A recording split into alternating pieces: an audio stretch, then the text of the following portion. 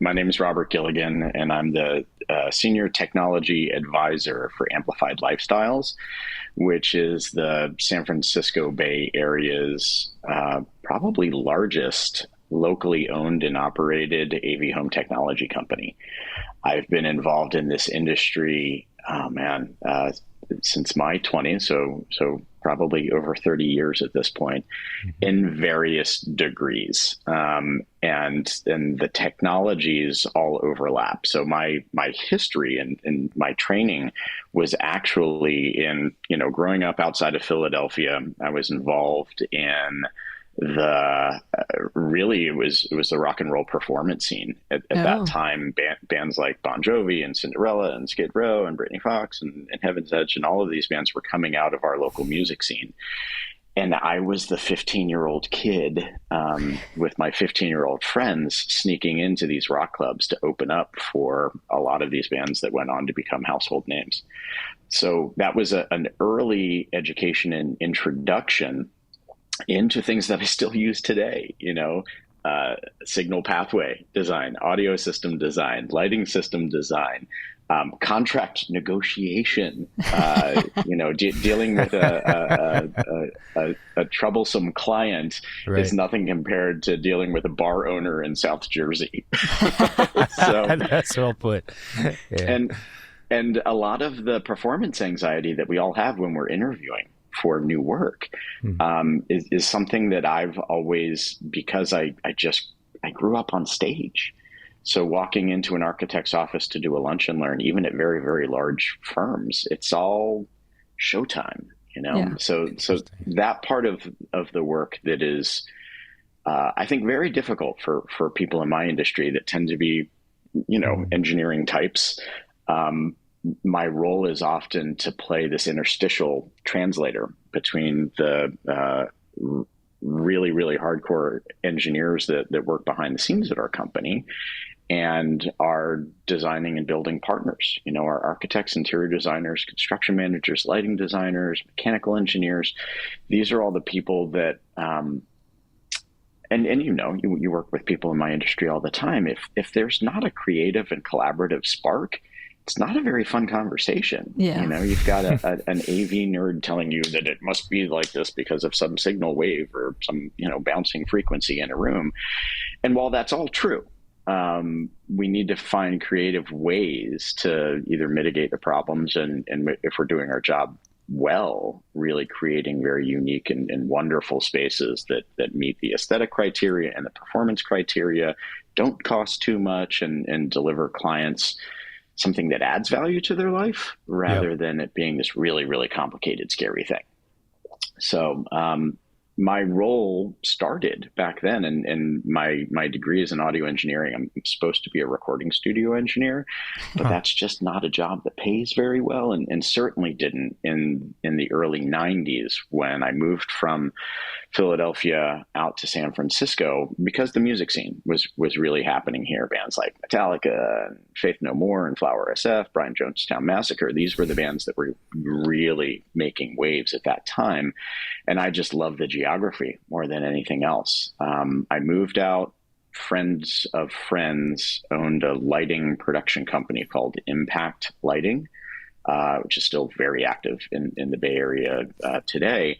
And that's where I went from being on stage to more behind the scenes and started designing really, really large scale special event lighting designs for Impact. So things like the Black and White Ball, Oracle World, every really, really big thing that was going down in town, we were doing the lighting design for.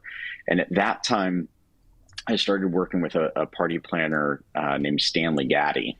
And he really opened my mind to what could be done with light, because everything at that point was very theatrical based, and it was very much based on stage lighting principles.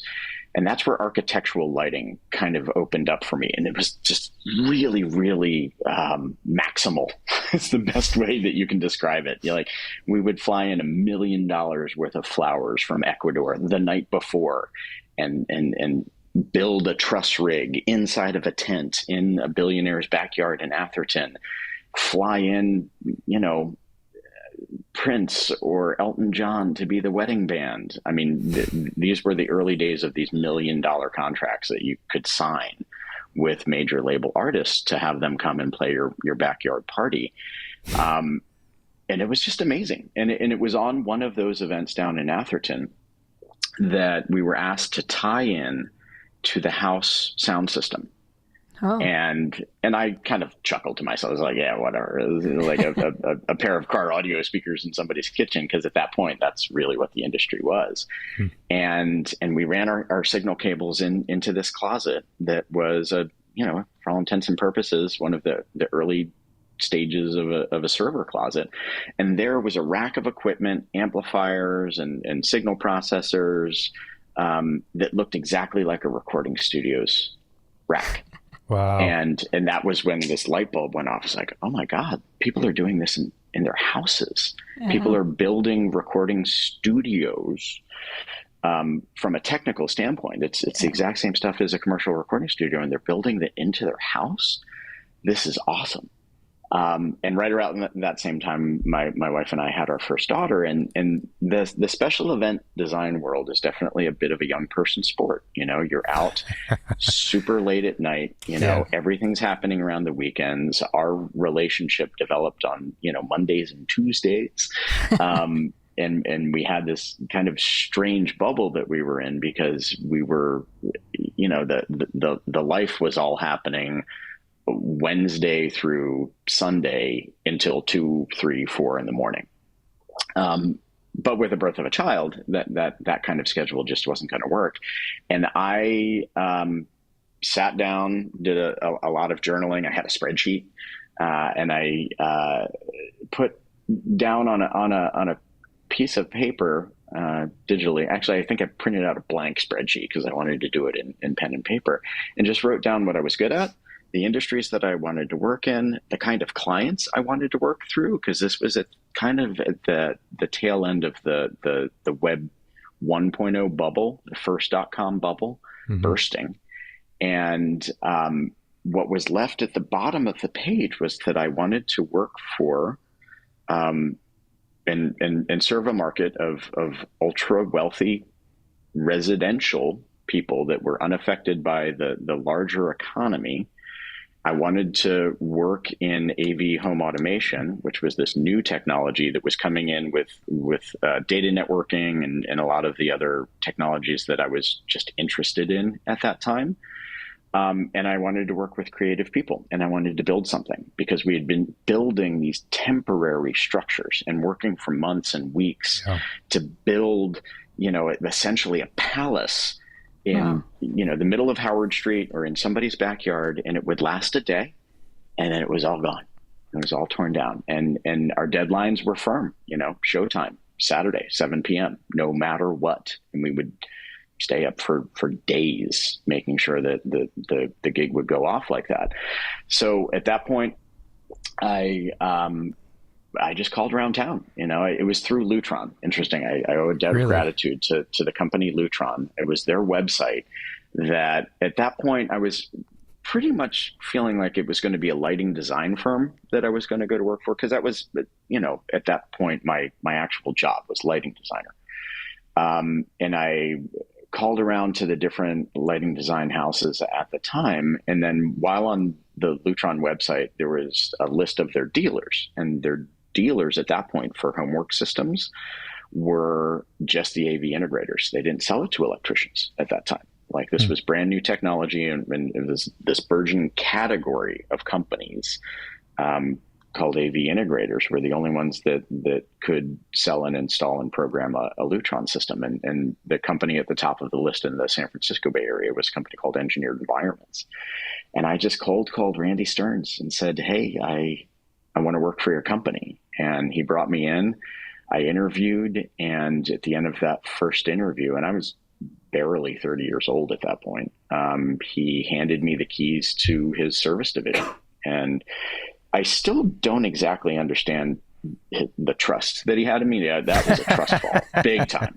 But I think that what he saw in me is I was young, eager, energetic. I knew a lot about the technology, but from a completely different angle. And I was used to working under incredibly high pressure situations with massive $1 million budgets and tight deadlines. That was probably really the thing that he was responding to. And I just dove right in. My mentor was a senior engineer at the company, Timothy Johnson, who I still work with today. He's one of the partners at Amplified. And he was instrumental in teaching me the connective tissue between the technologies that I already understood. And he had a lot of respect for what I was bringing to the table from the pro AV and the recording world, because he was also a fan of music and had a lot of history in that world as well. And just, every day at 4:45, I would mosey into his office, sit down, and we would just talk for a couple of hours. And that was my education. And then 8 a.m. to 4:45 p.m., I was getting, my phone was just blowing up with angry billionaires whose systems didn't work. And it was the only time I've ever cried at work. I think driving home from one of those days where I was just like, how am I going to do this? Like, I just got yelled at by somebody that I was reading about in the Wall Street Journal last week. Like, this is crazy. And it's not my fault. I've only been there a couple of weeks. And it was, for Who were me... they? Name the person so we know. No, actually, we didn't have NDAs back then. But I don't name names. Yeah. Because these days I have NDAs on every single one of my projects, as you probably do, and everybody that you talk to does. It's kind of crazy. So it was really important for me to understand that, like, okay, reliability is the most important part, because all of those early days, it was custom systems. I mean, these were the early days this company was writing custom code for custom touchscreens with custom graphics and buttons. It was like a one-off iPhone that we were creating for everybody's house. And you can only imagine having a cohort of one user, the reliability issues, the bugs that would be in those codes. And this is all early stage in all of these companies. Like, we were all growing up together. And for some timeline, so these early days that you're describing, what year was this, or years? Early 2000s, mid 90s? Yeah, early 2000s. So it was 2003 is when I started with engineered environments, and I was with Impact from 94 to 2003. So I was doing, and then before that I was in Philadelphia being a farm league rock star and recording studio engineer. So it was on stage, little behind the scenes more. And I've always maintained a performance life on the side of all of this as well, for a couple of different reasons. And we'll get to that as we talk about new technologies. But became involved heavily in event production, and then moved into high-end residential construction in 2003. So yeah, it's been more than 20 years in this space. And then in 2003, for some context which people know, but maybe it's not registering, I'm thinking back to that year. I don't think you were born. No. I'm joking. Oh my God, I've been in this industry longer than you've been alive. No. I feel very old right now. And that's the strange thing. Like, I was always the young kid at the table. I was always the young kid at the table. And now I'm suddenly the elder statesman. That's going to take some getting used to. That's a good thing. It means you have wisdom. Earned all those grades. I have, and a lot of that wisdom came from getting yelled at by billionaires on a Tuesday night because their fast forward button didn't work on their DirecTV receiver or their Blu-ray player.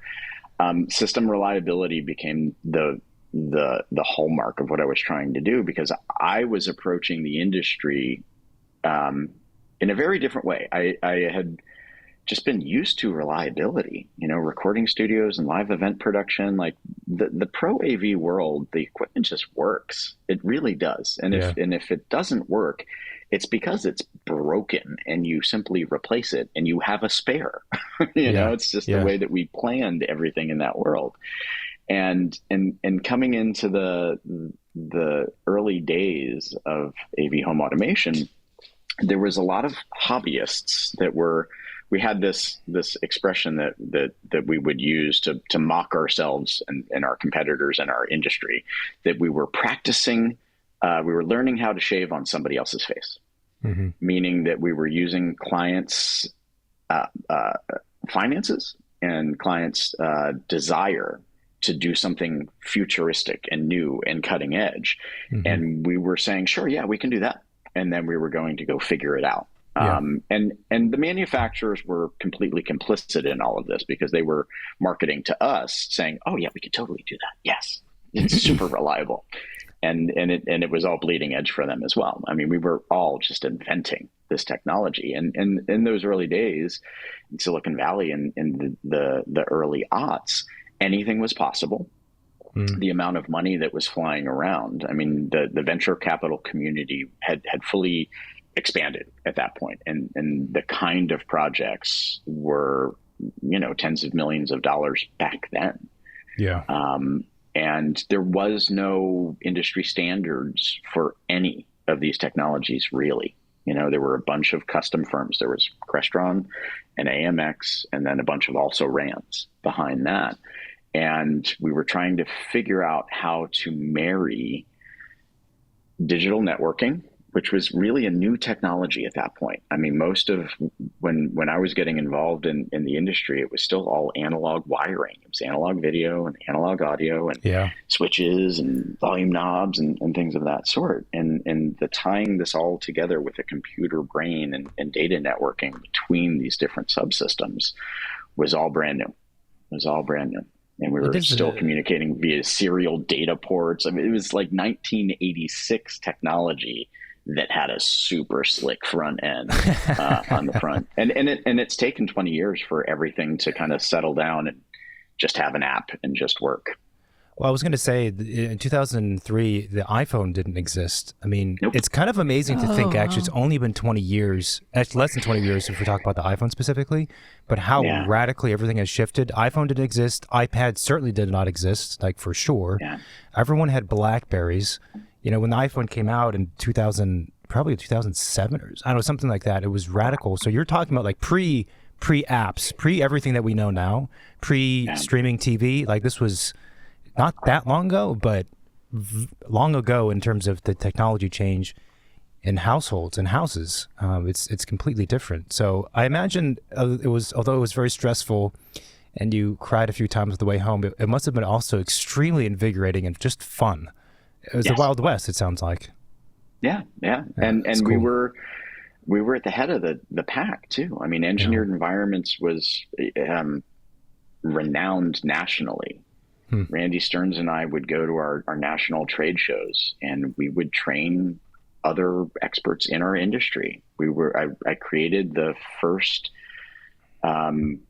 AIA certified programs that we could actually go out and give your industry credits, continuing education credits, to train them up on how to hide technology, what to know about automation systems, all of this sort of thing. So I was and it was interesting because in those early days, and Randy was also the head of CEDIA, so he was the chairman of the board of our National Trade Association for a couple of years, and we were all very concerned about it because there was this long track record in history of people becoming the chairman of our organization, and then their businesses would go under because they would get distracted. They would get overly focused on that and not running their business. But he was a good businessman, and he had the whole thing set up so there were enough different department head leaders that could manage the business while he was focused elsewhere, and he just dragged me along into a lot of the continuing education stuff because I enjoyed it. Again, it was showtime. I could get up there, I'd get my PowerPoint game on, give me a microphone and a large stage and an audience full of people, whether they're AV engineers or people at a rock club, and I'm pretty comfortable and happy. So those were the early days, and it was great, and it was all encompassing.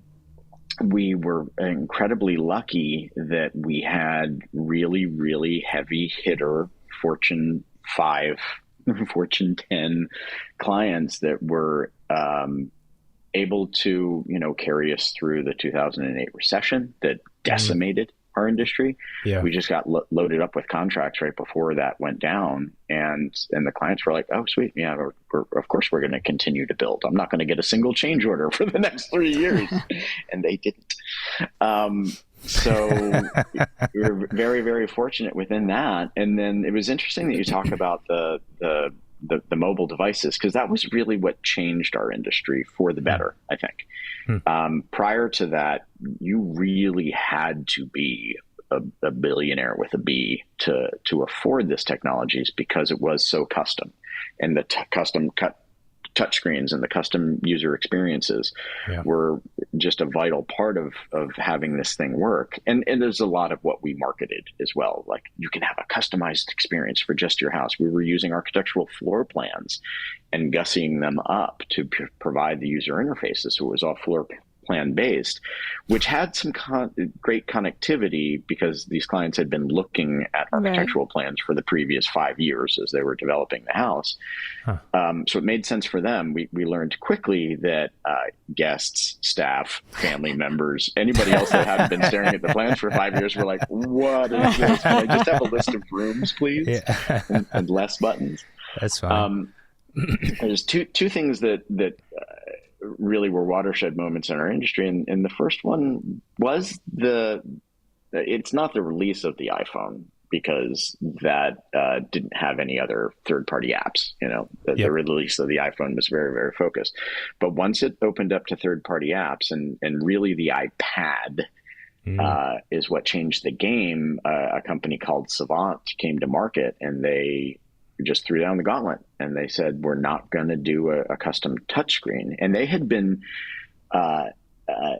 taking apart MacBooks and turning them into custom touchscreens. It was a very Mac-focused home automation system, and they were just, buying off-the-shelf Macintosh product and then ripping them open, voiding the warranties, and creating home automation platforms from it. And when the iPad came out, they just said, "All right, we're done. You're going to use the iPad to control your Savant system." And that was a fundamental shift in our industry, and other companies immediately jumped on board. So Control4 and Savant became the dominant players as the configurable rather than the custom solutions. AMX and Crestron were custom user interfaces, really expensive, challenging to maintain code.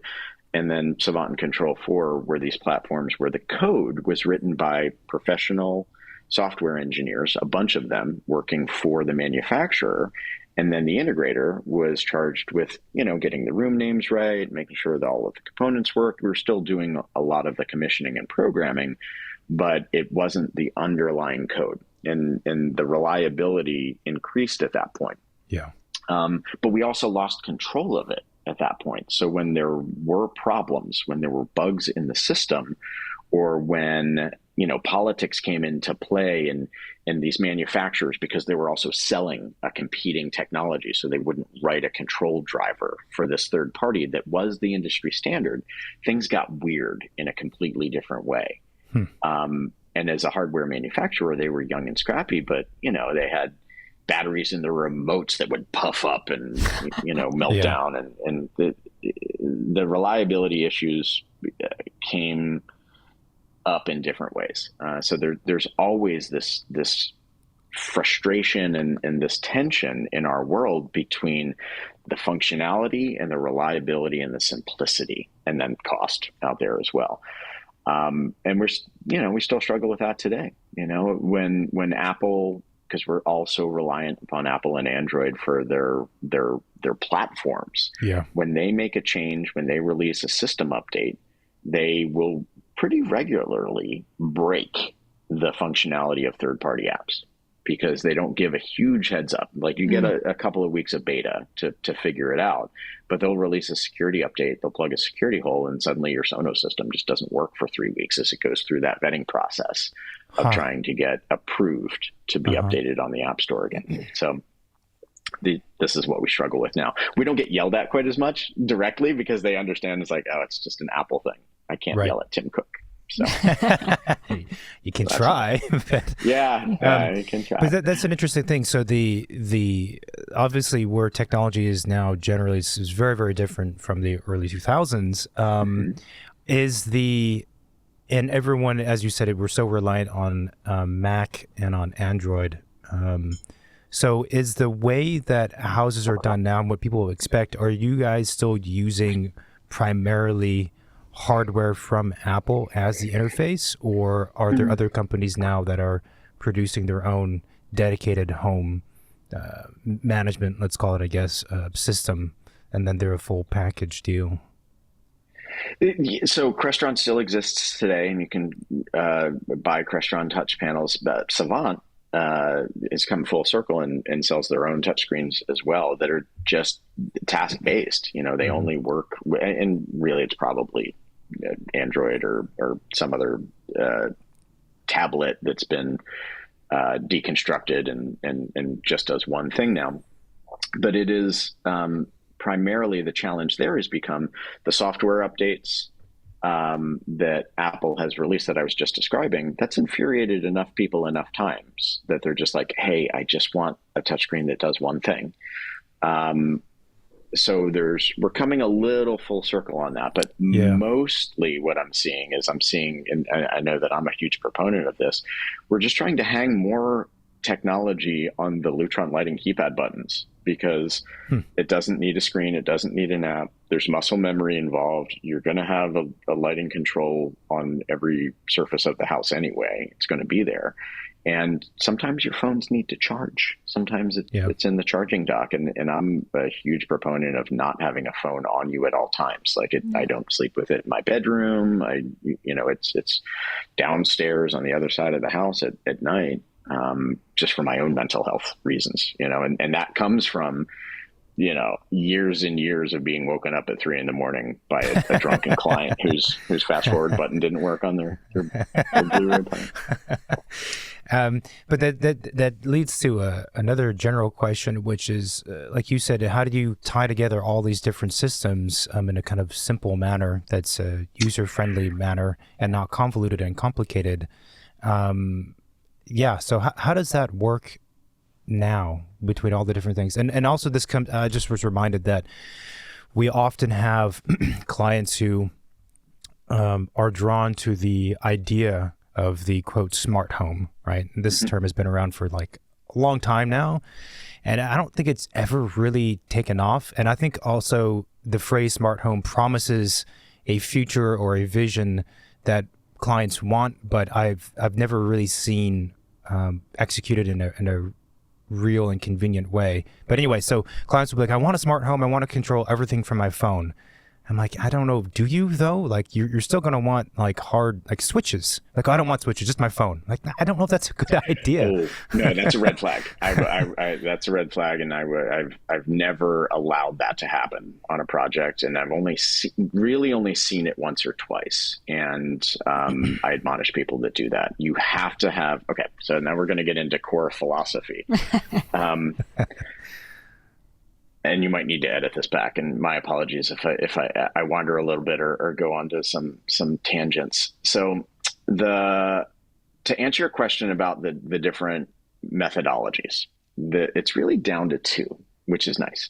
You either have a multi-app approach where you have different apps on your phone and your devices that are separated by task, and modern humans, we all select different apps based on task. We use a different app to send a text than we do to make a phone call than we do to check an email.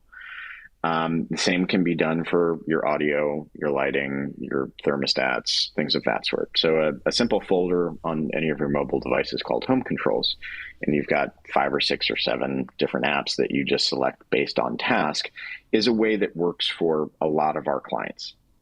Not all of them, though. A lot of our clients just want one app to rule them all. And we absolutely have solutions for that. Control4, Savant, even Crestron and the other players, they all offer that. And it can work if you use the right subsystems. And oftentimes the downside is that you need to use more of that manufacturer's controls, meaning their thermostat or their video intercom, instead of using a Ring or 2N or something that's a bit more industry standard and a mass market platform. Not that those companies can't work with these different control systems, but it tends to be a bit more reliable if you're using more of their branded product. The challenge there is then you are in their ecosystem and it's very hard to extract yourself from it. So our philosophy is to design AV home technology systems that leverage best-in-class industry standard subsystems like Lutron or Aprilaire or Carrier or Honeywell for mechanical controls and things of that sort.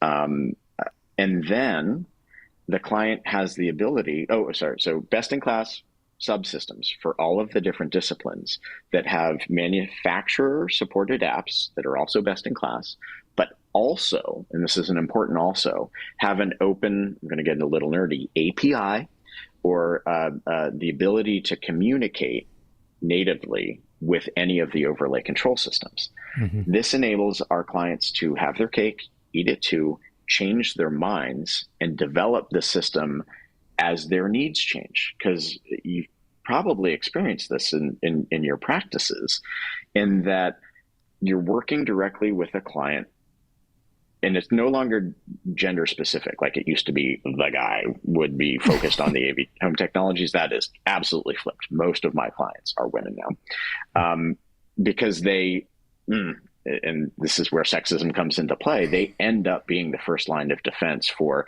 hey, the television doesn't work. Hey, the Wi-Fi doesn't work, especially if there's kids in the house. They're yelling at mom, not dad, to fix the stuff. So my best clients are women. They've been to the rodeo before, and they have very, very strong perspectives on reliability, ease of use, their own ability to service the system. Sure. Like we have buttons on our equipment racks that just recycle everything in sequence to make sure that, like, if something goes down and the Wi-Fi is down on a Tuesday night, it's almost always AT&T or Comcast is the problem. But if you do a system reboot in sequence, it resolves it. And so they don't call you at 3:00 in the morning. Correct. They still do sometimes. But the phone is on the other side of the house, so you're like, I'm sorry, I didn't hear it. yeah, exactly. It goes to voice. There are certain people that get through onto the iPad on the nightstand that I use for reading. The bad signal. So within that, though, it's about trying to empower our clients to be able to not be beholden to the technology or the AV integrator. And that's a lot of the frustration that the early adopters had. Yeah. They lost control of their home's brain, of the neural network of their home, of their ability. Back in the day, you had an AV receiver and a television that weighed 5,000 pounds and a VCR and a Blu-ray player or a DVD player, 15 remotes on your coffee table, but you could mash buttons until you could get some entertainment. Like you could do something.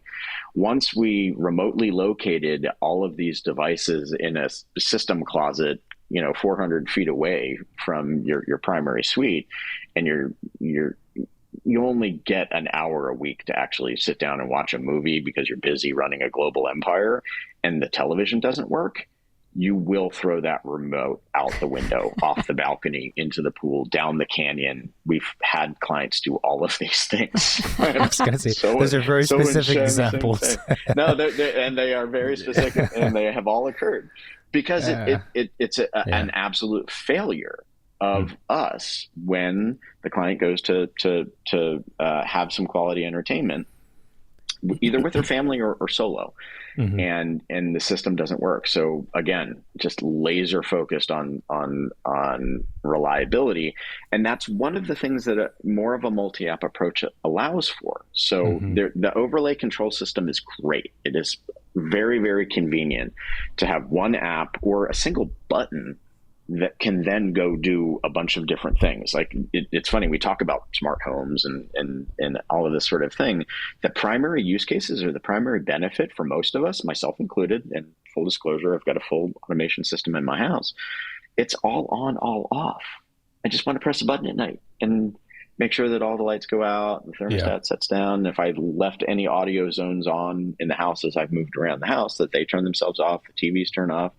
Maybe the shades drop down if I've got some motorized shades, and it's just convenient. And especially when you're up in 10, 20, 30,000 square foot houses, it can take some time to walk around an estate like that and make sure that everything's off. So the all off button is the most important thing. And that's where sometimes we'll do an automation control system just behind the scenes, and we won't actually be using any of their apps or their interfaces. People will still be using multiple apps or just manufacturers' controls on the walls, lighting keypads, to do 90% of what they need to do. But when they press that all off button on a Lutron system, it's talking to the Savant controller that's then talking to the Sonos players and the televisions and all of the other stuff to turn the house off. Interesting. And that's a lot of what we're doing. We're just refining, and it's different for every client. And some clients that are new to the game, like this, for some of our clients, this is their dream. They've worked so hard to launch a company and become successful, or they've just got that A round of funding, or they've just sold their company, which is a lot of our clients, and they suddenly have millions or billions of dollars to play with. And this has been a dream of theirs forever. I want to have a smart home. I want to have that Tony Stark smart home with a custom user experience. That's it. Yeah, They'll call it out. They will call it out. And exactly when they call that out, I'm like, totally understand. Minority Report interface doesn't really exist. Yeah. Minority Report and Iron Man. Those are the two. Yeah, not quite there, but let's talk through what you really want and what you really need. And we can get them close. The other thing that nobody talks about enough, and something that I harp on all the time, is who are the other users of the system? That's the thing. Are your kids going to use it? Are your parents going to use it? Are your staff going to use it? Like, who's really dealing with the kids and their homework after school? Is it you, or is it a team of educators that you've hired to make sure that these kids not only do their homework, but really understand their homework? They've got PhDs. Nannies have PhDs now. So within that, I'm constantly asking clients to think about the other users. And we have a lot of estate managers who are our clients. We do a lot of estate work where clients will have multiple houses either in the Bay Area or also, pied-à-terres in New York, or, estates down in LA or Hawaii or wherever. And we do travel, we do fly. We try to limit that and make sure that our clients have home bases in the Bay Area, so we're not devaluing ourselves or spreading ourselves too thin. But a lot of the estate management partners or folks that work for our clients to maintain all of their different houses, they need an interface that's different than a client. Client might be totally happy just drilling into multiple apps to control audio or shades or whatever else they want to do, because they're the primary user. But for a hired employee that's sitting at a desk out in a guest house that's trying to manage 5 or 6 different homes all at the same time, and realize like, oh man, we didn't turn off the AC when the client flew out of their Aspen house or their Palm Springs house. I need to dial into that house and turn off the AC. It's part of their job.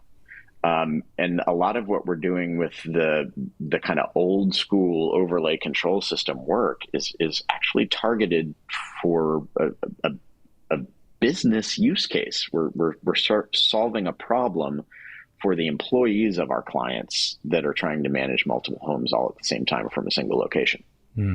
So constantly just asking, okay, who are the other stakeholders? Who else is going to be using this system? And it's rarely just the primary homeowner these days. There's all these other folks. And when we design a system that kind of uses our approach of best-in-class subsystems with manufacturers, remotes with the ability to use overlay controls, we've got a lot of flexibility to custom solve those problems as they come up and change over time as well. Yeah. It's not uncommon that our clients that just want to have multi-app. I had a Crestron system back in the day. It was awful. I just want multi-app.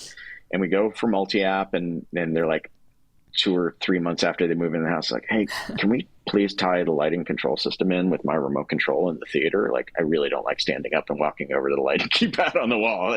Can I just have a button on the remote? And the answer at that point, if we do it right, is like, oh yeah, sure.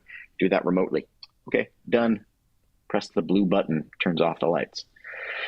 So that is, kind of state of the art for us right now, is trying to maintain flexibility and couple that with reliability. And we now realize that clients' needs develop over the life cycle of the build. Clients have kids in the middle of a build. These builds are taking a long time these days. They have parents move in with them during the course of the build. They leave their companies, start new companies from their house. Things like COVID completely changed how we work and what we do. We had not really done a home theater, really. I mean, done a couple. We're always working on a couple. But post-COVID, almost every single project has a dedicated critical viewing room somewhere in the house. It's not always a dedicated theater, but that became such an important part of all of our lives, to be able to come together with our loved ones and our families, or just be solo as well, and turn off the world for a couple of hours. And that suspension of disbelief, and that ability to cocoon around yourself and create, it's like a safe entertainment space, was something that people kind of relied upon during COVID. And post-COVID, it's still there. I thought it might go away. It's like, oh yeah, no, we're never going into a room to watch television again, because we had to do that for 2 years. But I think that people found some comfort in it. So we're doing more theater projects now than I probably ever have. And that was, I think, it's a post-COVID change. I was wondering, when you work on projects with architects and designers, like, when is typically the best time to bring you on board? And also, how does the design process go on your end, so you can design the system that's required now, but still give room to expand it or have the system change as, people have kids during construction and like things need to evolve? Yeah. We're normally brought in right at the exact same time as the mechanical engineering team and the lighting designers. So, you guys have to do your work first, figure out walls, windows, ceilings. It's not uncommon for architects to reach out to me and talk about dimensions of certain areas. The mechanical closets, or the system closets, and their BTU calculations. These are important things that need to be figured out right away, so we're not trying to stuff hot equipment racks under stairs.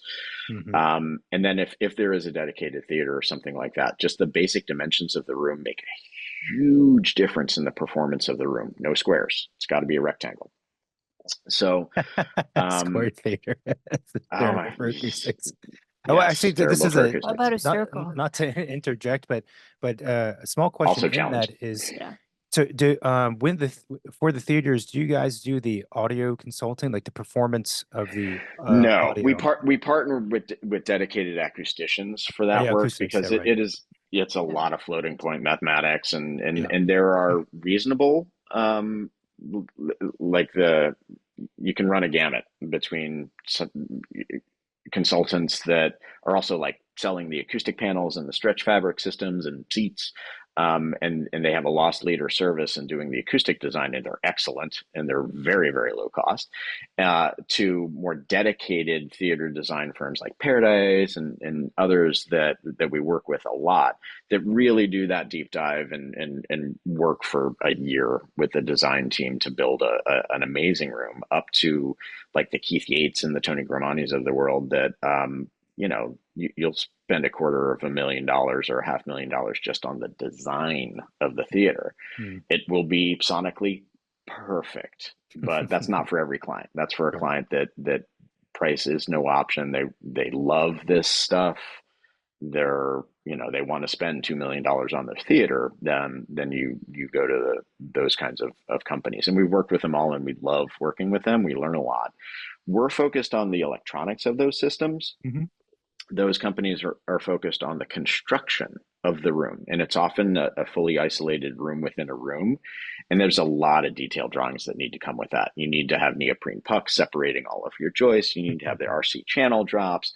And then you actually have to have this elaborate network of absorptive panels, reflective panels, and refractive panels to control how the sound waves are going to work in the room. And they have to pre-model all of that stuff, because if you're going to charge somebody hundreds of thousands of dollars for improved acoustics, it better work It or better you're sound going to be good. in a lot of trouble.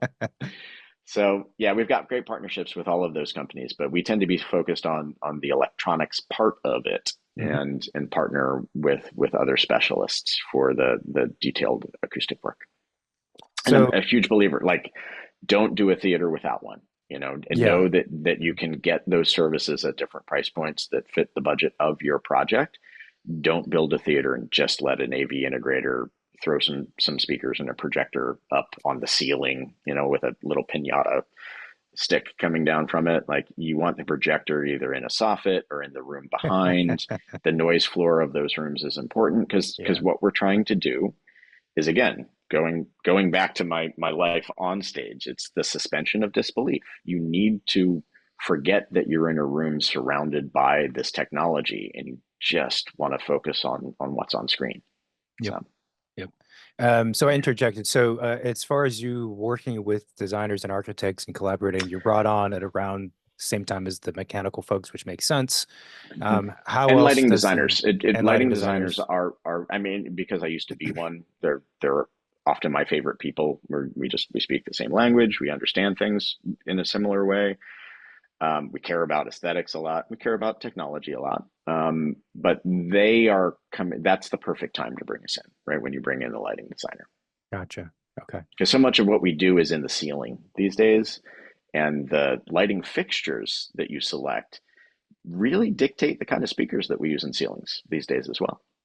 Because Matching aesthetics, uh, and we now have the ability to have 3-inch trimless speakers that sound amazing. I mean, they're huge behind the drywall or the wood panel ceiling, but we can match the aesthetics of almost any lighting fixture. The lighting fixture manufacturers, of course, have now adopted 2-inch apertures. Thanks. So we're not there yet with speakers. I don't know if they're going to be able to make a 2-inch speaker that sounds good, but we can do it with 3. Do you have any opinion on like the mudded speakers versus the one where you actually like, see it? Is there like It's a good a question. Oh performance yes, difference? yes, there is. So they're getting better, and I've installed hundreds of these things during my career. I was involved in some of the very, very first installations where they had this vellum uh, uh, film that you had to apply over top of it, so the mud or plaster wouldn't soak into the speaker and break it. Because if they break, you are opening up the ceilings or the walls to go in and fix it. Um, there's been a number of different technology advancements in that space, and they're now kind of, I'll say they're to the point of sounding like the worst traditional ceiling speaker you've ever heard. So Mhm. they've finally gotten to the point of being passable, but they do get bonus points for being magic. And we still use them all the time. When aesthetics are the most important part in a formal living room, or we're doing period work, and Mhm. things, just, you can't have any visible speakers in this room. It's just going to look ridiculous. We've got oil lamp sconces in the room if we're doing traditional architecture. So they still have an important place in the mix. They're an important tool for us. The challenge with them, and I will share this with you if you've not experienced this, is the base of that technology. The way that technology works is that it releases almost as much energy into the joist bay as it does into the room. So it's not uncommon for you to be standing in a room above where those invisible speakers are, and you feel it and you hear it coming out of the floor. Mhm. So completely inappropriate under anything resembling a bedroom or an office. And we can build boxes, and the sound transmission is getting a little better. It's a little better at heading down instead of up into the joist. But that's still the fundamental problem with that technology. It releases too Gotcha. much energy in the opposite direction that you want it going. That's why we like the small aperture 3-inch speakers, because they're big metal boxes that live up in the joists, and they're fully isolated already, and they poured out through this tiny little hole, and they do a much better job of keeping sound in the room instead of in the baby's room upstairs. That makes sense. Fascinating. Yeah, I think yeah, one of the reservation we often get from clients, using like smart home feature and technology is like a lot of them are concerned with the technology, changing quickly, and how can they keep up with that yeah. change when they bought a system, 10 years ago, and now 10 years now, Well, this is things are like the much, continual headache of like the 21st century, right? Is we're always living under updates. Every 2 days there's an update, which there's is a new interesting version, there's a new because this and do there that. is like the software updates, but there is also the physical Yeah. technology that also gets better. And So it gets dated super it gets quick. dated pretty quick. Yeah, it does. I'm going to challenge you a little bit on that, because there Yeah, are certain things that absolutely change, but there's also certain things that really don't. yeah. Speaker technology, really? The running of a analog speaker wire from an amplifier to a speaker, that hasn't changed in, I don't know, 75 years. And Hmm. that's Wow. still what we're doing today. So your architectural speakers, even the invisible ones, that's a safe spend. What might change at some point is your Sonos player, the Hmm. inexpensive little black box that lives in the equipment rack. That could change to a different brand for sure. It will Hmm. change. I mean, we're all kind of shocked that Sonos is still as successful as it is. It was just one of, I don't know, Yeah. 50 options back in the day, and now it's the dominant player. But whether you're using a Savant audio system or Control 4 audio system or Blue Sound, which is a competitor to Sonos, or Sonos, those all work in the same way. And that's a simple replacing of a little black box. The speakers and the speaker wire, really the expensive part of that installation, because the labor, nobody ever thinks about Yeah, the labor costs yeah. more than the speakers and the electronics, because you're coming back 3 or 4 different times to a job site to pull the wire, come back, put in the bracket, come back, put in the speaker, come back, put in the bud kit, come back, put in the driver, come back, calibrate. That's really where your cost is. So within that, there are certain technologies that don't change much. The lighting control systems, and why we're huge proponents of hanging as much on a Lutron system as you can. Lutron, really, they change their platform once every decade, Yeah. and they're backward compatible. I mean, we still have old school first gen homework systems still functioning today, barely. And when they fail, we're having those hard conversations of like, we can't really get replacement materials anymore because it's 30 years old. Yeah. But what other electronics in the house? There's no such thing as durable goods really anymore. I've replaced my fridge and my washer and dryer several times in the last 20 years. So Lutron lighting control systems have longevity. The speaker systems have longevity. The data networking has longevity so long as you invest properly at the front end. Hmm. And that's using the fastest copper Ethernet cable that you possibly can.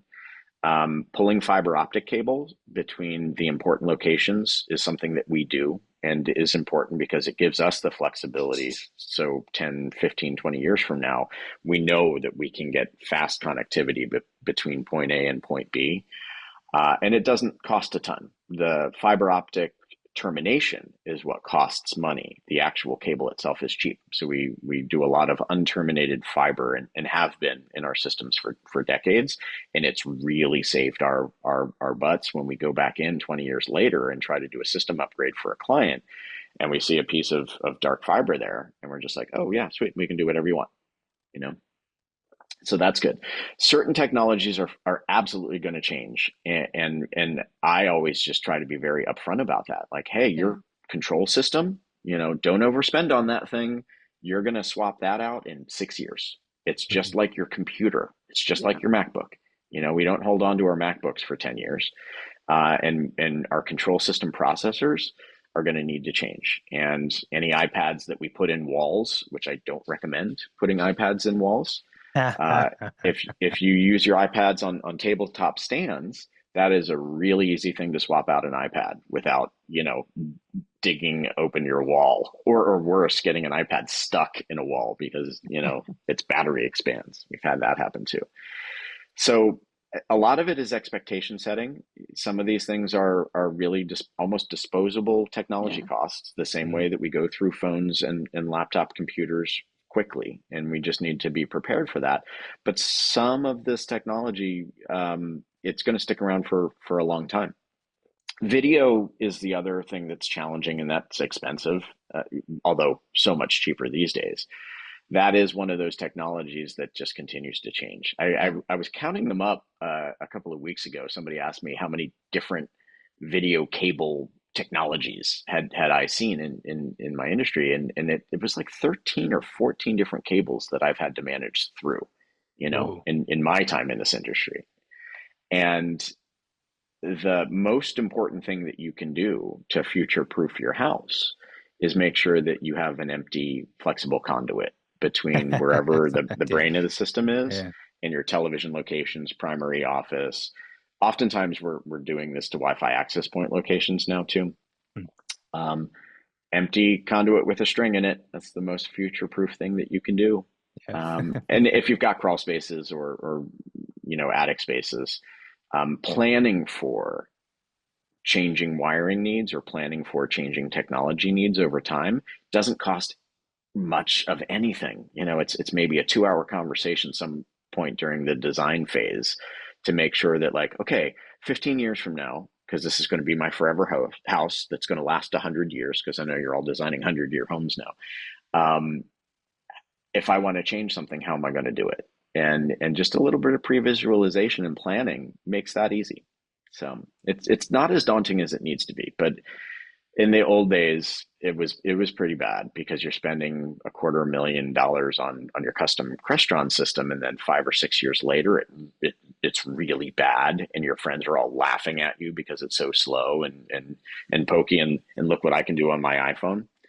Um, that's where it becomes something that is my responsibility to set the stage properly and make sure that my clients are actually spending money where it's going to bring long-term benefit, and Hmm. setting expectations for where the short-term pain is likely to be.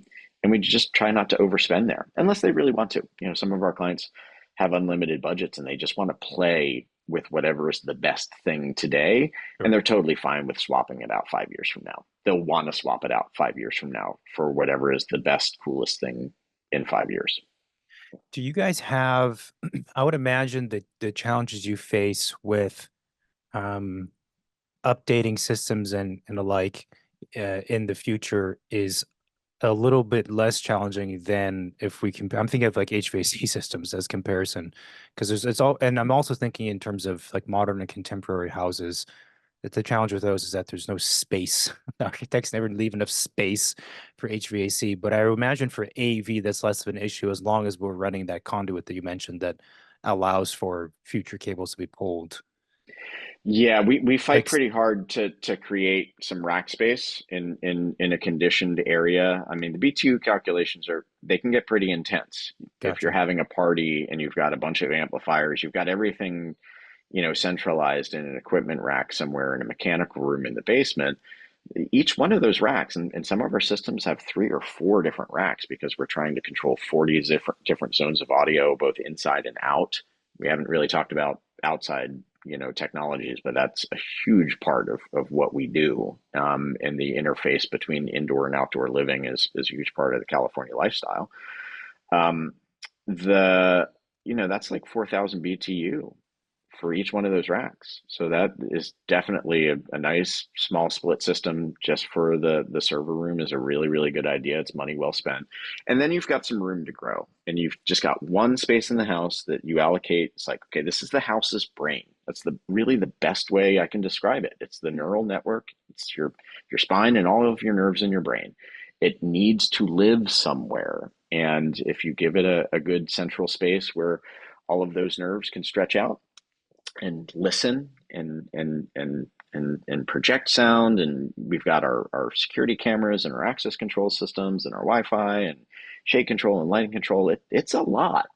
There is a lot of control and a lot of data flying around every modern home, from 1,000 square foot to 30,000 square feet. It's all there. And the larger homes don't work well with wireless technologies, Mm-hmm. like the wireless light switch replacement kind of thing that Lutron also offers. Mm-hmm. Great in a 1,500 square foot bungalow in the Berkeley Flats. Not appropriate for a 20,000 square foot plaster mansion on the hill. Mm-hmm. Mm-hmm. Mm-hmm. I was wondering So. about the security system and security cameras. I feel like these days there is kind of like people are getting hemmed up on putting security cameras everywhere, even inside their house, and kind of like being I on don't like them camera all inside. the time. Yeah. Yeah. The security thing is definitely I guess you'd call it a trend. But more and more people are really concerned with that, Yeah. with AV and also Yeah. safe rooms and all this kind of stuff.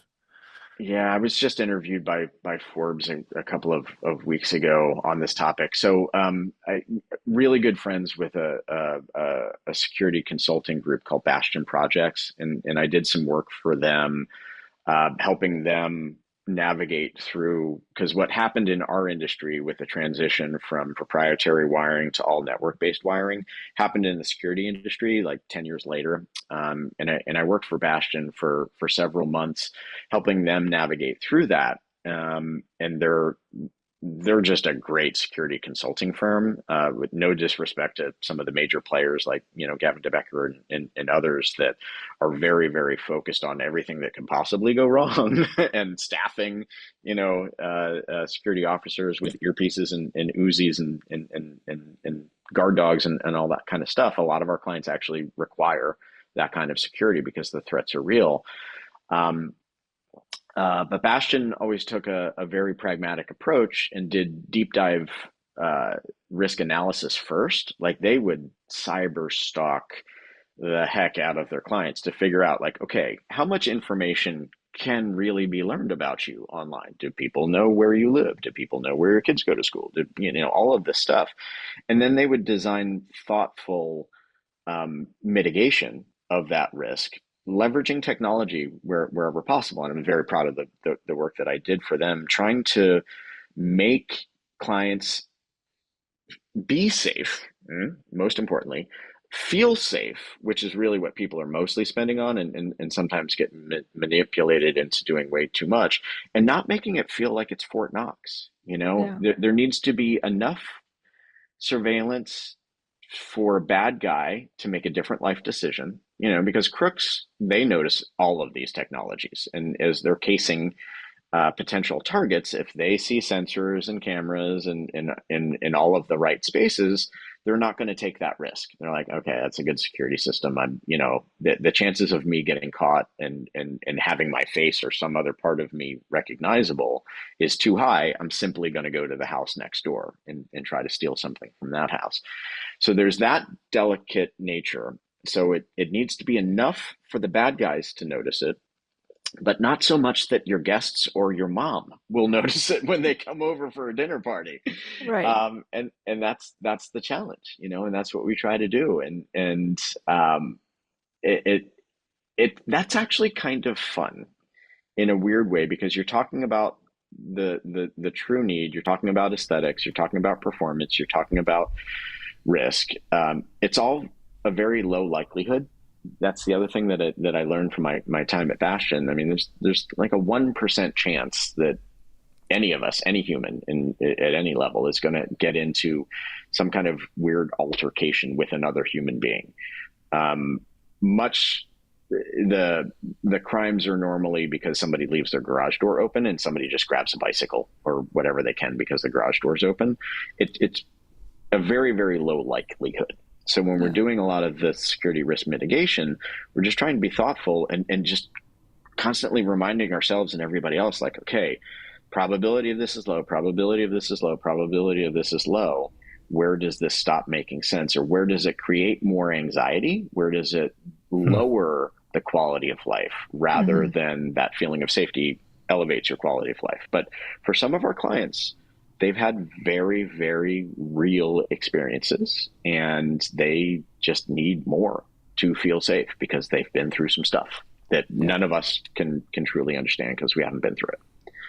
So it was interesting. The Forbes article was all about the geopolitical climate. And they really, man, they wanted me to name names, and they wanted me to talk about anybody that might be Palestinian or Israeli or Russian or anything else. I'm just like, no, I can't talk about any of that. That's not my job. Don't ask for these questions. Yeah. And the reality is that the geopolitical landscape is not nearly as much of a driver as income inequality. The clients that we have that are living, in down in the peninsula, I'm not even going to name names on towns, are really, really concerned about there being an income-based revolution where people just scale the walls, Mm-hmm. Yeah. And that's where some of these other technologies come into play. And that's really where the fortified room thing, we don't call them safe rooms anymore, they're fortified rooms, because nothing is safe. Nothing is safe. It's like a blackout drape or a blackout curtain. It's never fully blacked out. So they're fortified, and it creates just a safer space for a client to go if something weird does happen, or for the family members to go if something weird does happen. And sometimes it's just an earthquake or whatever. Like, this can just be a place in the house where that you can hang out for 15 to 20 minutes before police or firefighters arrive. If the house is on fire, get out, of course. But a place where the door is reinforced, the walls are reinforced, sometimes with ballistics, sometimes just with wire mesh to prevent somebody from coming through drywall or plaster. The communications are all in there. It's got a good air supply, so you're getting fresh air in there, and it's just a place that you can go and wait. And it's not a bad idea. It's not a bad idea.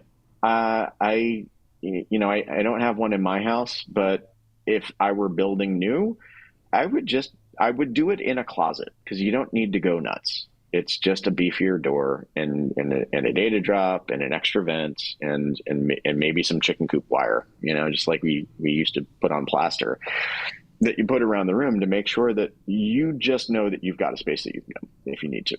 Because, we're going to have an earthquake at some point. There's going to be power outages and fires, and weird stuff is going to go down. So having a safe space in your house is pretty cool. Some of my favorite ones are when we combined a theater with a fortified room. That's the best. I was going to say, then you can hang out down in the theater for the zombie apocalypse. As long as you get the popcorn machine in there, I think it's pretty good. Yes, I mean, the theaters have the bars, there's a bathroom already, there's already sound worst insulation. case, you just use the 45 room as a, like a, I don't know, meditation space or something. It's quiet, Also, and you're only. Yes. That's a really good use of those spaces as well. And actually, when you're in there meditating, that you're in this kind of cocoon, this womb in the center of your house, that you're protected. It's a great location. And I love that there's now dedicated meditation spaces, and we're thinking more about wellness, because I've been involved in wellness technology for over a decade now. What is wellness technology? So it's a couple of different platforms. It's quality of air. Yeah. Quality of water, quality of light is really the thing. And then for me, this is just personally, this is not something that we necessarily offer, but a lot of our clients do this as well. It's the ability to shut down connectivity, turn off the Wi-Fi so the kids can't be online. Not that they, just can't get on figure it out. Their cellular. I know. Yeah. All of my kids knew how to hack into Italian VPN so they could watch whatever they wanted to watch on television when they were in grade school. These kids are so much more advanced than we were as children. So, but trying to create just the ability to turn off the distraction and be able to focus, be present with each other, be present with ourselves and our own thoughts. It's really important. And also exercise too. I mean, the exercise room / meditation space / yoga, Pilates, whatever you want to do, like that is core to my mental health and my self maintenance. It's funny. My wife is she's in the fitness world, and she's been involved in both, working directly with people and working with large tech companies. And we like to joke that her entire career has been focused on getting folks off the couch.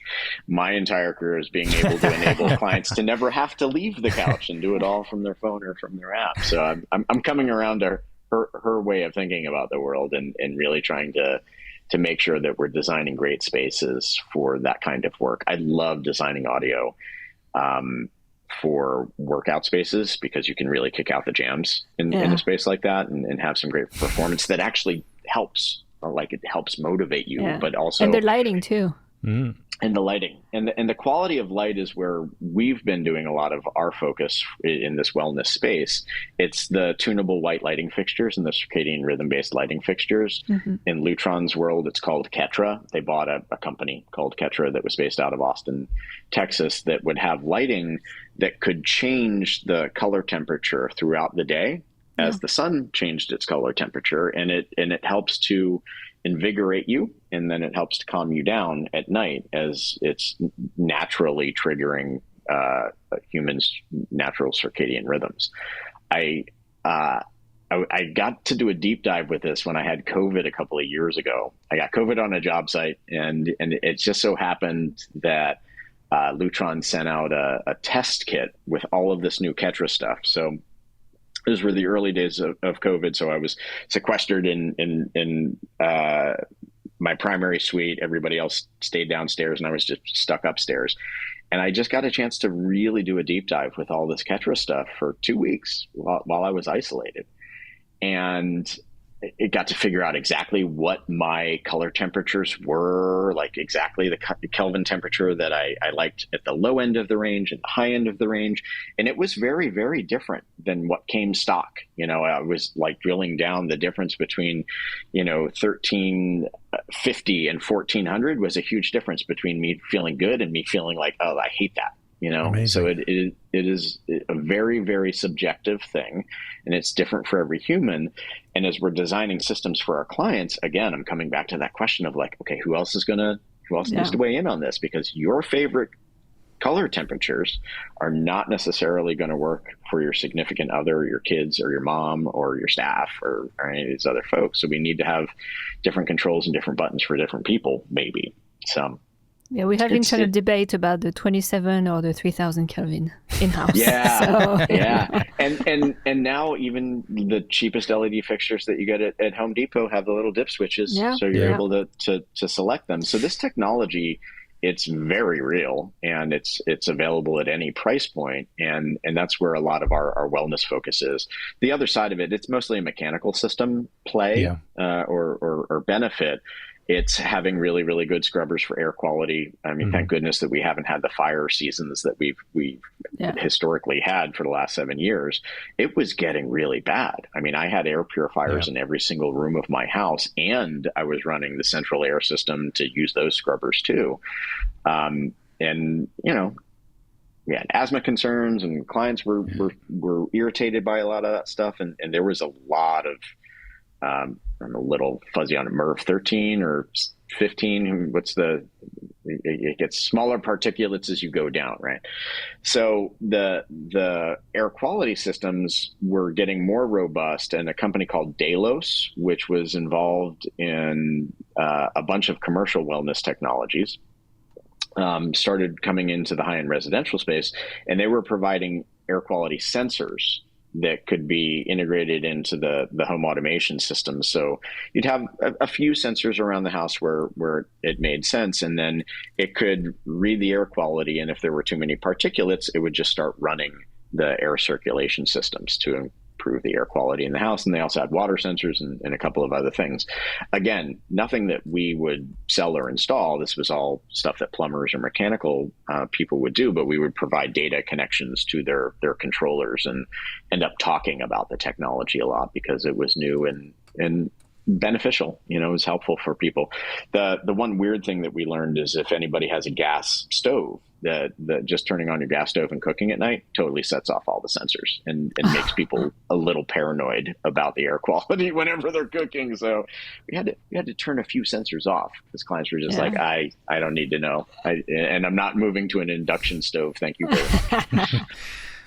Speaking of induction, we were speaking with someone from Mila, and they were saying that induction is going to be the future. People don't like it because they think of gas as being this romantic aspect, and you can cook better with gas. He's like, no, it's not true. Induction's far superior, et cetera, et cetera. But it's what's really interesting to hear, hearing all the things you're talking about is that, taking a step back, it's really interesting because the house has really become, even if a house today is a new house is not, quote, smart home, it is a smart home with all of the new things, meaning the last 50 years, but all the technology, the HVAC, the audio, the visual, all that stuff. I mean, houses are very complex living things. They always have been anyway, but they need even more maintenance. And like you said, there's the brain of the house. Like that is the case. And it's very different from like the 1950s. And what's interesting too is that all of the things that you were talking about today is not necessarily things that people would think about or is even sometimes visible, but I think it makes a huge difference on how you experience your house, how you feel good or not good about the space, about your life, about your routine, right? Like it's kind of like the smallest detail in a way that make the biggest impact. Like the house could be beautifully designed, but if the lighting sucks, you don't know where the switches are. There's no there's no system in place. Like it doesn't work. Yeah. No, it's funny because there's a bit of a backlash in the market. There was an article that had some heavy hitter architects and designers quoted in the article about this pushback to simplicity. It's like, I just want light switches on the wall. I don't need any of this stuff. And it was, I wanted to call some of these folks after I read the article, and challenge them. It's like, hey, some of my most complicated projects were driven by your desires. Yeah. But it's real. There is some fatigue around it. Yeah. And it needs to be thoughtful. And people have had really bad experiences, or people's parents have had bad experiences, or their coworkers have had bad experiences. Like literally, that's our clients talk about us for better or worse at society fundraisers, at the opening of the symphony or the opera, or at tech conferences when they're having lunch together, or on the tarmac of their private jets. I got yelled at by a client from the tarmac of his private jet because he was sitting next to one of his business partners, and his business partner was talking about some new technology that was incredibly expensive and I didn't think had any value or any place in this guy's system. But he was really upset with me for not offering it, for not telling him about it, that it existed, and that he would be the one to make the decision whether it made sense for him in his system or not, and that my value read is just different than his. And he wasn't wrong. I was thinking about it from the perspective of my pocketbook instead of his. And he got embarrassed by a coworker that knew more about cutting edge technology than he did. And that's why he hired me, was to keep him on the cutting edge and in the know. So these days I always talk about everything, and then we'll offer my opinion or my experience based on normally reliability. It's like, yes, we've done that because I've done almost everything at this point. Yes, I've done that. These are the things that you need to watch out for. These are the gotchas. If you still want to move forward, awesome. I know exactly who to call and how to get that done for you. But, everything comes with a caveat.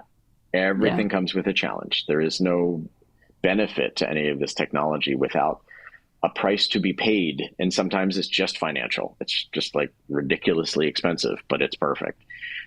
Sometimes it's very inexpensive, but you're just going to have to be administering it weekly to make it work, and some of our clients happy to outsource that to us as well. I mean, our company maintains full 25% of our near 50-person staff is dedicated in post-installation service. Wow. I mean, we really do think about this whole industry and what we do flipped on its head. We think about it from, okay, move-in day and 5 years from move-in day. What's that experience like? And then we design systems based on adding value to our clients' lives after they move into the home, not doing whiz-bang stuff that's super cool during the construction process. And that outlook is unique to us. Like most companies in our space are between 5 and 15 people. They just move from new construction project to new construction project. They don't have dedicated service departments. If they do, it's like one technician that'll swing by to fix something on their way home from a new construction build. We're just laser focused on service and work backwards from there. That's interesting. Served us well. It makes a lot of sense. I think that's a difference between companies who do things right versus not. Yeah. We see the same thing in not architecture. In architecture offices, but also I was thinking specifically contractors, right? And it tends to be like this too. The way contractors work at the high-end tier, the high-end residential spaces, they have dedicated teams for maintenance. Like dedicated teams. It's not, as you said, one person who's going to run around on occasion, maybe if someone calls. They're a team that responds to calls, but they're proactive.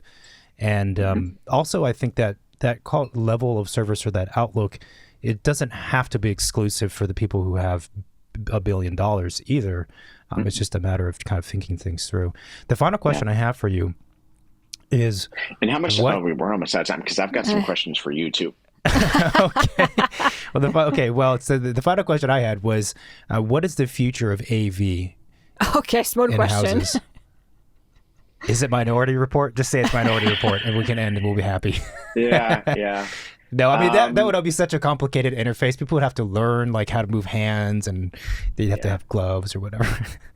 I can't believe I'm about to say this because it actually terrifies me. But the future is AI-based assistants in the house. We're going to be moving very quickly to that.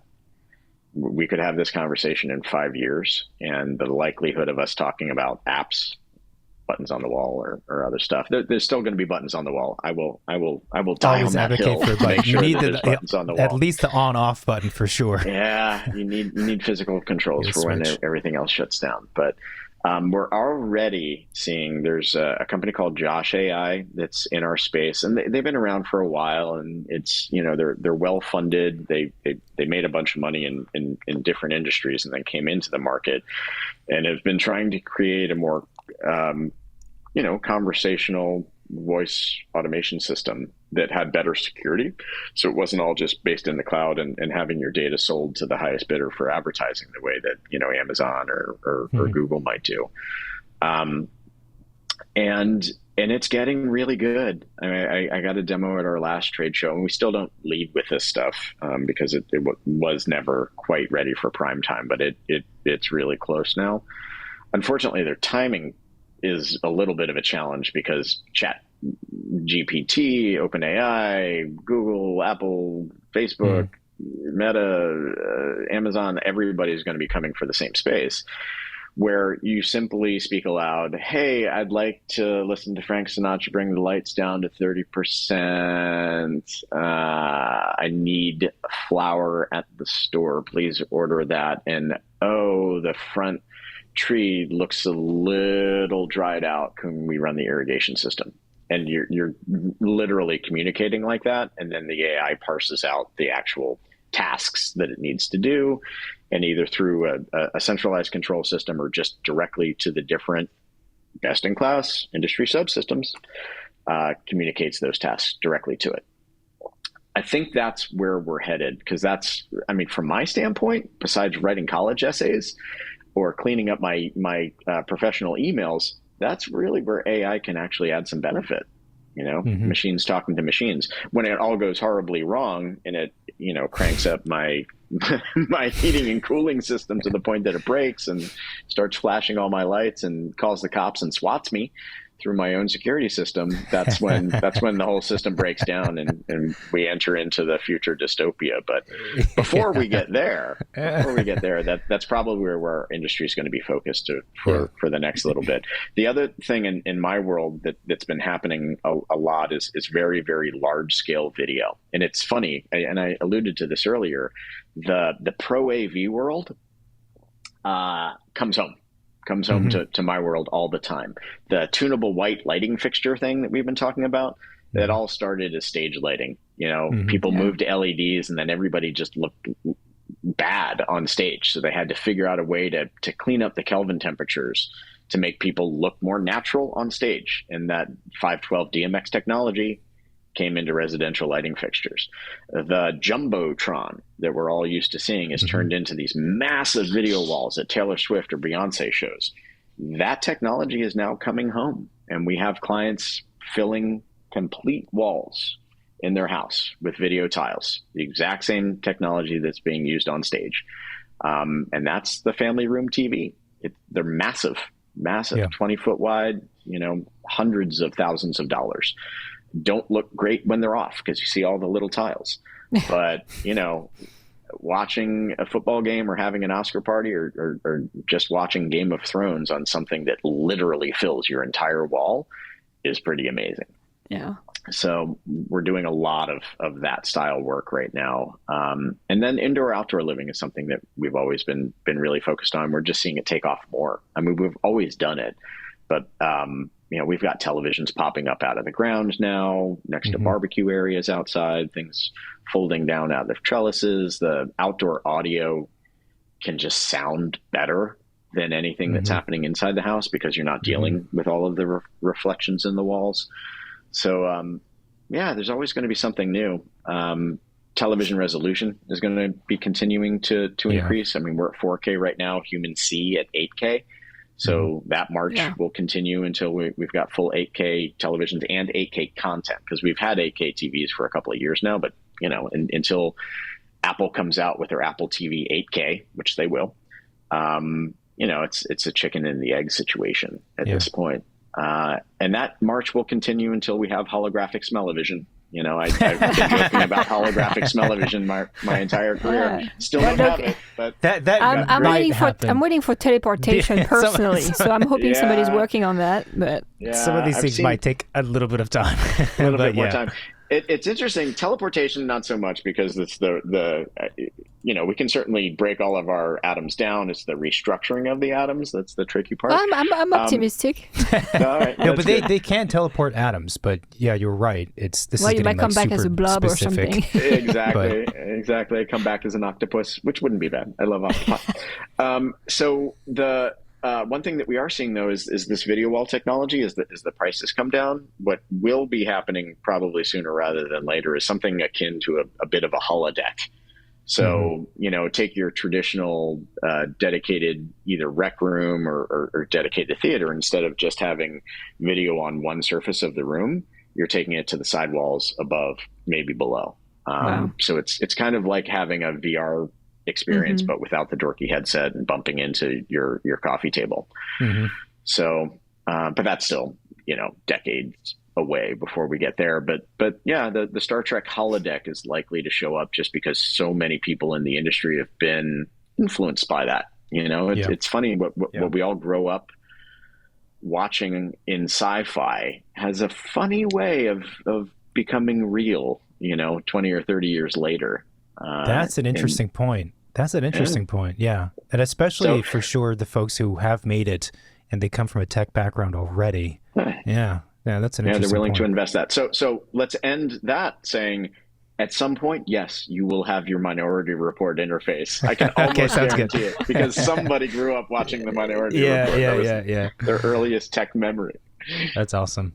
That's awesome. So we're at time, but one quick question for you, because this is something that I two things really. So one is the planning for digital art is something that has been coming up a lot in my world, and something that I always just like to talk to architects about, because nobody is thinking about, okay, I need to pull data and power to every single art wall. What? So just heads up that this is coming. And again, we're in the San Francisco Bay Area, so we've got some tech forward clients here. But I went to SF Fog last year and was shocked at the number of pieces that had some subtle component of digital connectivity, and you don't necessarily even realize it, that some mixed multimedia piece is just, it's behind the scenes, that it has some data or power connection. So that was one thing I wanted to share with you guys. The other thing was a question around the drawings and the levels and all of the amazing work that I'm seeing around 3D visualization, and the desire that I have to try to incorporate AV home technology devices into those symbols. And it's for us, and we don't, we have AutoCAD, we do a lot in it, but we're not doing full 3D visualizations of things. But that technology would actually allow us to nail sight lines for theaters, for televisions, to see what ceiling speakers are going to look like as they relate up into the ceiling, to actually create a point of view of the security camera from up high on an eave, so you can make sure that you can see everything that you would want to see. And this is all from a client standpoint, because so many of our clients are getting the 3D visualizations from their architecture teams. So just a shout out to, whoever you need to talk to on your side that's selling these systems, like, ask them if they can create a symbol database for AV home technology products, because we would happily get on board and start doing, drawings with that kind of information on there, because it's so much better to coordinate aesthetically, for sure. Yes. For I sure. can see that, definitely. That's an interesting, we should continue the conversation in general, but also on that point. That's an interesting one, because, this, and the architecture and the renderings and 3D views are one thing, and the construction document sets are kind of another.